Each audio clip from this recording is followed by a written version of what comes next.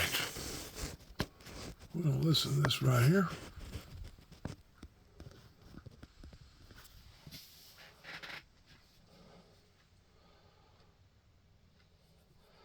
On the March for Life.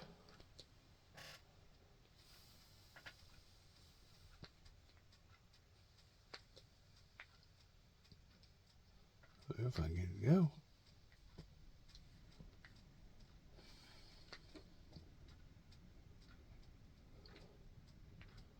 It's gotten stuck or something.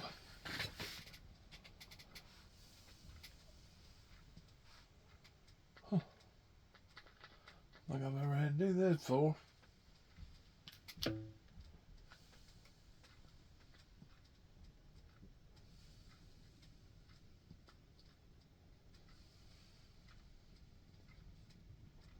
Finally investigate the radical left attacks on churches and Christ. Let's back up one more time. See if we can get all of it. Right there. Even after birth, think of that, after birth. And some people want that. Can you believe it? We will work to offer a loving hand to new mothers and young families, and we will support adoption and foster care. We will protect women and vulnerable children. Under my leadership, a reformed Department of Justice will finally investigate the radical left attacks on churches and crisis pregnancy centers, and we will bring perpetrators to justice. We will get them to justice one way or the other. I will also end the weaponization of law enforcement against Americans of faith, and I'm releasing the Christians and pro-life activists who were persecuted by the Biden regime for praying and living out their faith. I just signed that document, and they're being released. One such American was Paula Harlow.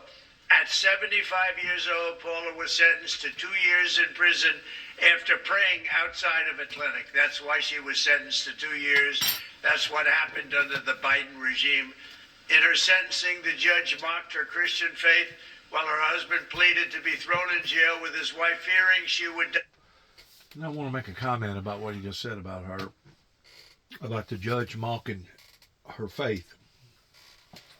If anybody knows anything at all about my story pertaining to Tommy Moore and the bunch that I've had a run-in with up here in my own home county, Weakley County, Dresden, Tennessee, it was Tommy Moore that I went to shortly after I had a run-in with Homeland Security, Secret Service, in 1989. It was Tommy Moore that I went to shortly after that he had become judge. He hadn't been a judge, but maybe not even a year. And I asked him for a favor pertaining to what that they had done to me over in Madison County towards confiscating material from a church that God had led me in organizing. Mr. Moore's reply was, Dennis, that's not in my jurisdiction. I don't have no authority in Madison County, Jackson, Tennessee. Well, you know, I didn't really have a choice other than to accept what that he had told me at that time, because they did charge me with a deadly weapon after they had confiscated a sword from the ministry. Even though it took the police officers 30 minutes to break into the showcase box and apprehend a sword that was basically something like you would use in Sinbad and the Sailors, that was made out of total aluminum, that I don't think you had actually had better luck out of hitting somebody with a broom handle stick than you would have with that sword, because it was purposely being put in there solely for a training exercise, an instrument to only be looked at and not to be tangibly handled. That was the whole primary purpose of locking it in the showcase box. I mean, the glass was like a 1/4 inch thick. It was almost unbreakable glass.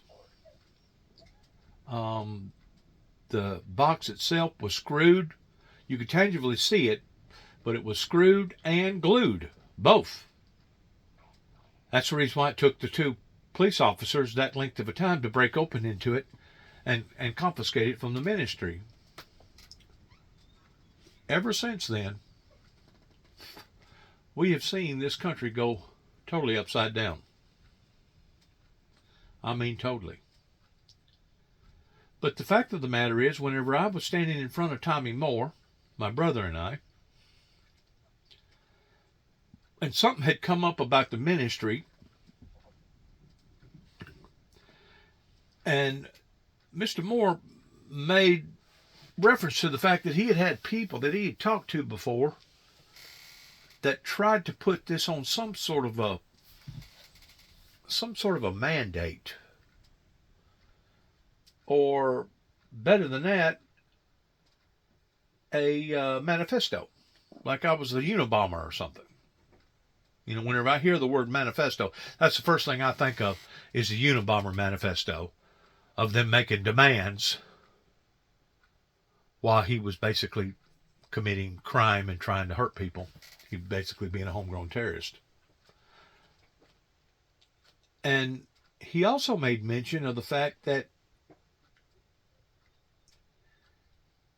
he knew that other people felt like that I was of the black horse versus of the white horse. Now, whenever you have judges, more than one, and prosecutors and attorneys, people that's supposed to have knowledge, people that's supposed to have just as much sense as you do toward reading the Bible and interpreting it and understanding it, is that not the whole charade wrapped around my particular case of the Windmill Ministries missions? Is that not a form of mockery that the justice system in general, beginning with the Reagans and the Bushes, beginning at the White House, has been bestowing upon to my rights as an individual, as a true, an American sovereign citizen of this great nation?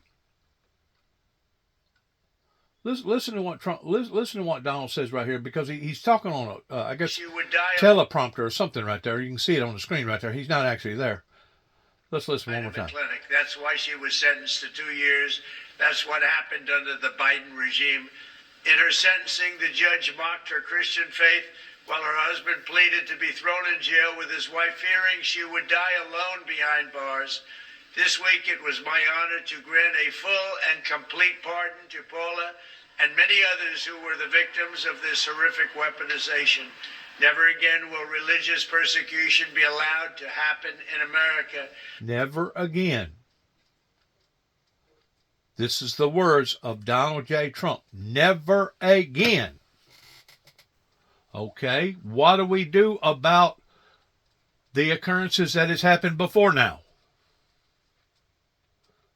What do we do about telling the whole story and not just bits and pieces of the story regarding the founder of the Windmill Ministries missions that was actually part of a movement that began with the political climate in 1988 with the Reagans and the Bushes, but fought desperately towards trying to stifle it or stop it on the same level that the political arena done 2,000 years ago whenever they heard about this Christ child coming into the world that they were so inferior about that they requested for every male child in that whole region to be beheaded in trying to stop the will of the eternal, loving, holy, gracious God. Whenever I tell people that I can relate to the resistances that happen in various prophets throughout history, whenever I tell people that I can relate to people like Nostradamus or Edgar Cayce, that was extremely, extremely concerned about coming into a superstitious world, knowing how evilly minded that people was, that there was a reason why Nostradamus wrote in quatrains so that others could not identify what he was talking about. That way, if they was to have raided his property or gotten his house and trying to decipher what he was doing, maybe they wouldn't have been able to have understand that everything that he was doing was in the name of prophecy, was in the name of God. Now, I bumped into an individual Sunday. I think I've mentioned this on one of my other videos, either yesterday or the day before, that this individual went to church over here at the Pentecostal church, going to Hickman, Kentucky, right there on Old Lake Road, like going to Reelfoot. And I explained to him that I had had a run-in with those people over in that church, but that I had been banded, and really and truly, they didn't even know who I was. But I went ahead and explained to this individual, he out on a nice shirt and a little suit and everything. I went ahead and explained to him, I said, you know what? God loved us even before Christ come into the world. And if you'll take notice of the scriptures, it says, for God so loved the world that he gave his only begotten son. God didn't have to do that because he wanted to do that. God done that to demonstrate his love. No longer just tell them about how I love them, but now let's show a demonstration of my love by sending Christ into the world. So in essence, God already loved humanity. He didn't love the things that humanity was doing, but God already loved humanity before Christ ever come. It just so happens that humanity was still deaf and dumb because of the blindness of the wicked one, the deception from the wicked one, and because of it, Christ come into the world, illustrating God's love. It's just as easy to see as the nose on your face. But getting back to Tommy Moore, I pray for Tommy Moore. I pray for him. I pray for his family. I pray for his son. And preaches up here in the Baptist church over here in Sharon, Tennessee, that he just got through going. His son went through a bad event with a wife and custody over a child. I pray for that family. You know why? Because the Bible tells me to love thy enemies. That's why.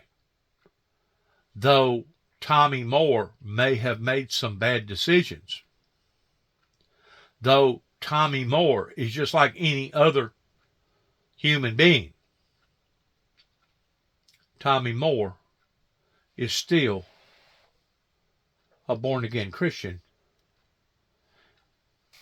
And if somebody tells you that because you hang a platel on your coattail that you're a born-again Christian, that you're not allowed to have mistakes or you're not allowed to make mistakes, you can look at them smack dab in the face and tell them that they are a liar. Because just because you are a born-again believing Christian in Christ does not mean that you're not going to make mistakes. As a matter of fact, I've made plenty of them, and I'm pretty sure that Tommy Moore, the judge up here in Dresden, Tennessee, would tell you the same. Especially in the chain of events of the things that went on between the year 2014 and 2017 up until my brother died. And then after my brother died, I was sure enough thrown to the devil's den, being thrown into the bottomless pit here in Weakley County, because I wasn't notified after my own attorney explained to the judge. Mr. Jackson was not notified of his arraignment, Your Honor. I'm asking for mercy of the courts in reference to my client. What did they do? What did the judge higher than Tommy Moore do? Mocked at it. Mocked at it, laughed at it, and whenever I confronted him about it, his words was, well, it sounds to me like, Mr. Jackson, that you had a lawyer problem. Really? That's the best you can do, Mr. Parham? Is by telling me that I had made the wrong choice? By hiring the wrong attorney? Even though it was my brother and I that desired to go to you in a higher court? Even though the attorney admitted that he did not let me know when my arraignment date was, and because of it, that gave you the right to not only mock my belief or my religion or my stance in Christ, but then you actually attacked me because of it. And the whole time, all this originated from a group of people that was living across the road that was basically being the trigger man for Mr. Ridgeway, because Mr. Ridgeway owned the property. Mr. Ridgeway was renting this particular trailer out to these particular people that was right across the road. And because my brother and I was concerned about 3 little children that they was raising up inappropriately, or we felt like that they was, all of a sudden, now they turned the tables and turned me into a stalker. And the only reason why that they done that was based upon the knowledge that had already been given to them in Dresden, Tennessee. Well, he had already been charged for stalking up in Kentucky. And the thing about the Kentucky deal, it was over 2 non-threatening telephone calls in the span of 90 days. The same group of people in LBL that confronted me 2 years prior to that, there was never any mention about multiple telephone calls. If that's what I was being chastised over, I promise you I would not have recontacted the headquarters of law enforcement in LBL. But instead, my ordeal was over premeditated murder towards wanting to kill Satan in the flesh. That's why they wanted me to go to downtown Chicago and be studied at MCC, Federal Facility Associated with Mental Health, by Dr. Dana. And the thing about it was, after the study was over with, got straight A's and everything. Straight A's. Because of it, the judge apologized, and he also complimented me in what kind of grades that I made. Put me on a 2-year probation period. Told me, he said, stay away from them up there. Don't call them. Don't be around them. He said if I was even traveling through this way, I would deliberately try to either go around or make other arrangements towards not even going through LBL. I said, yes, sir, Your Honor. And I went on about my way. After my probation period had ended, I decided to give them a courtesy call in the headquarters of law enforcement of LBL. Not directed towards one particular person or 2 particular people, but the whole committee up there. The whole group. And in the exchange of my telephone call was what went on. Well, obviously, was a misunderstanding. I apologize for the misunderstanding, but I'm telling you right now, I'm going to let my case be known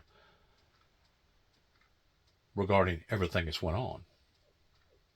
Well, because of the guilt of them doing what they had done to me, I'm pretty sure that didn't sit well with certain people in law enforcement in Land Between the Lakes. LBL. Waited approximately 90 days later. I think it was a little before 90 days. After that, I had hired an attorney in Oklahoma City, Oklahoma.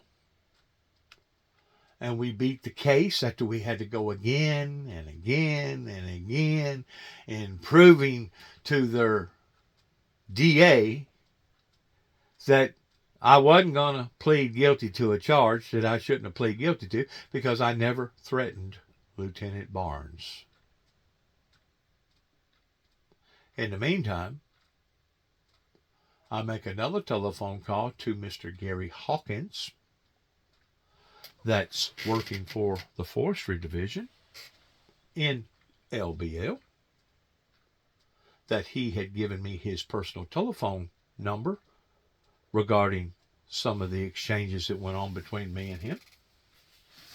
And I basically explained to him the exact same thing. Didn't threaten nobody, didn't cuss nobody, didn't use inappropriate language. Very calm voice, etc. Hung the phone up, didn't think nothing about it. Till about a week later,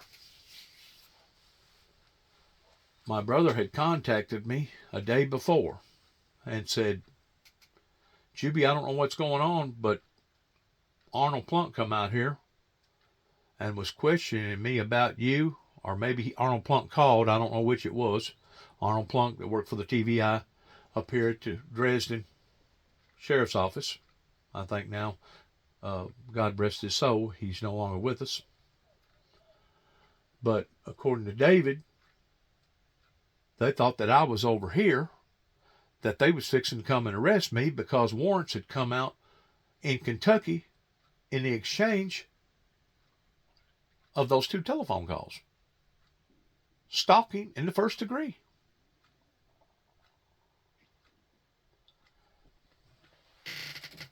If telephone calls is now considered a class action crime in America, unless they are threatening telephone calls,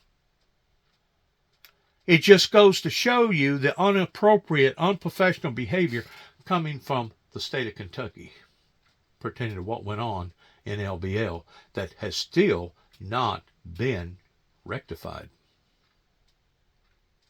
In addition to what they done to me prior to all that, 2 years prior to all that, in addition to what went on up there in 2007 in shutting down the Kentucky Dam after me trying to warn people about these massive weather events that was going to create these electrical disturbances.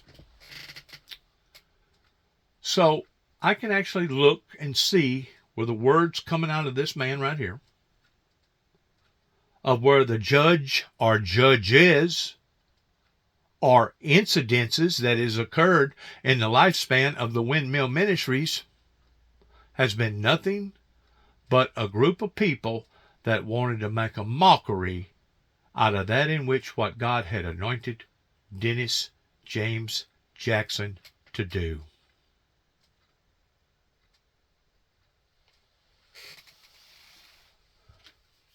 That is a fact. That's the gospel. To all of the very special people marching today. Let's back up one more time so we can be sure that we dialogue this properly. Jail with his wife, fearing she would die alone behind bars. This week it was my honor to grant a full and complete pardon to Paula and many others who were the victims of this horrific weaponization. Never again will religious persecution be allowed to happen in America. To all of the very special people marching today in this bitter call, I know your heart. And I do want to intervene one more time. Those that may not know nothing about my story. In the period of me coming back here in 2014 up until 2017, when my brother died, after we'd already made arrangements with the courts towards going to a higher court, I wasn't contacted. Within 10 days of my brother's death, towards me grieving, they come down here and arrest me. And because of being treated in such of a ungodly, evil, demonic way, especially after that I had given somebody permission of going in and living in my brother's trailer, because he had just died. I knew that everything was still there, in which I regret doing. Found out later, because of another deputy that come into my jail cell, explaining to me that there was a whole group of people down there probably making drugs and taking advantage of me. And once I realized all the hullabaloo that I'd went through pertaining to my brother's death, pertaining to the ministry, now I've done put the wrong people in my presence. Now the police has done already told me about these things. It was overwhelmingly entirely too much, to the point that I wanted to die. I wanted to die because of being embarrassed and being treated in a disrespectful way by various people that work for the courts, not only in Weakley County, not only in Kentucky, not only in Oklahoma, but in Washington, D.C.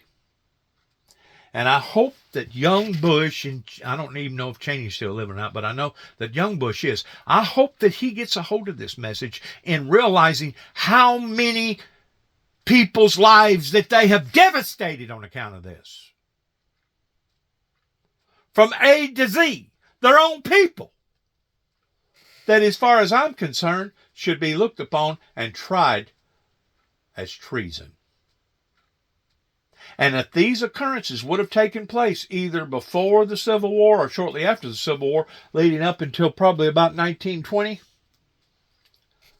probably about after World War I, give or take, maybe 1930, maybe 1935 or whatever, I'm pretty sure that this would have been looked upon as being high treason, and the odds of it towards the system reacting in a responsible way, they could have possibly put him against the wall and had him executed. Because look now at what the Reagans and the Bushes have done in consequence to what everything that's going on. So I do hope that young Bush, and I feel sorry for Lori, his wife, and I think that they had some beautiful children. And I'm pretty sure there was probably some beautiful people associated with the Bush family down there in Texas. But the bottom line is this: they have still, including the Bushes, as well as the Saudis, as well as various people working for Homeland Security, has not given an account, including Judge Pence, and Judge Parham and Judge Tommy Moore. And that's just been within the spread of the lifespan of the Windmill Ministries missions. So can you only imagine how many other thousands, if not millions, of people's lives that has been devastated, similar towards what Mr. Donald Trump here is talking about, pertaining to a woman going to jail simply because she was praying? How much is too much before even God brings his judgment upon to our great nation? That's exactly what's happening right now. Because the Bible said, shake off your feet and move on.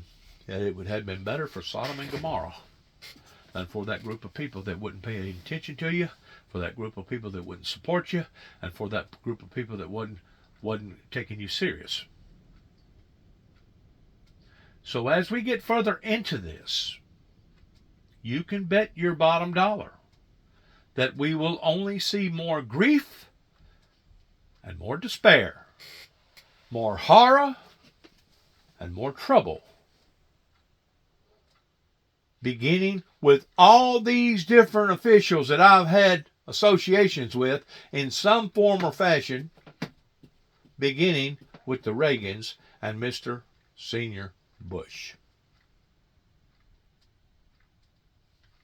including Damian Cross, including Randy Brundage, including various judges up here in Weakley County, including various judges in Nashville, Tennessee, including various people in Kentucky and Oklahoma that have wrongfully wronged one of their citizens. They're not going to get no more money from me. I'm not going to abide by their laws pertaining to dropping more money into the system regarding hiring a high-class Johnny Cochran attorney. That's exactly what they wanted to do to me up there in Kentucky whenever they went to Oklahoma and picked me up. And I'm pretty sure if I'd have handed somebody $10,000, $12,000, $15,000, it would have been over with, and I would have had to sign some sort of release paper in stating that I wouldn't have never come back at them towards charging them for misappropriate behavior, and me basically hitchhike or get on a bus and go back to Oklahoma and hoping that my property and my truck and my tools and my job was still there toward being available. But they didn't get that $12,000 or $15,000. They didn't get that money. I toughed it out and went almost a year over 2 non-threatening telephone calls. Is that not a mockery? That's a mockery even to the system, much less in trying to mock me and putting me in precarious spots, hoping that something would have went totally wrong. That way they could have documented it. Oh yeah, Mr. Jackson, while he was incarcerated in this particular facility, he got very angry and he struck at one of the inmates, and he done this and he done that. Anything to make the Christian society look bad is what they was trying to do to me. Just like they was trying to do to that lady, and just like they've been trying to do with thousands of other people all over this great nation. Now, you wonder how come things have went sour? Open your eyes, is all I can say. Open your eyes. And your spirits are strong because your mission is just very, very pure, to forge a society that welcomes and protects every child as a beautiful gift from the hand of our Creator. Thank you for never losing hope and never giving up. Thank you for your tremendous support. God bless you, and God bless America.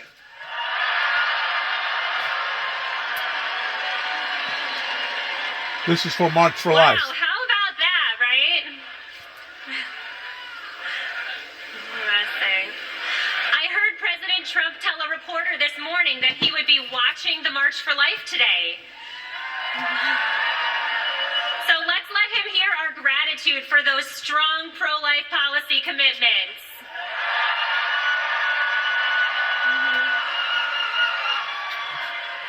Thank you, President Trump. We are with you as you continue to stand up for unborn human beings and moms who need a hand. Amen there. Good luck to all of us. God bless, and God bless America. God bless our troops, and good luck to each and every one of us. Shalom.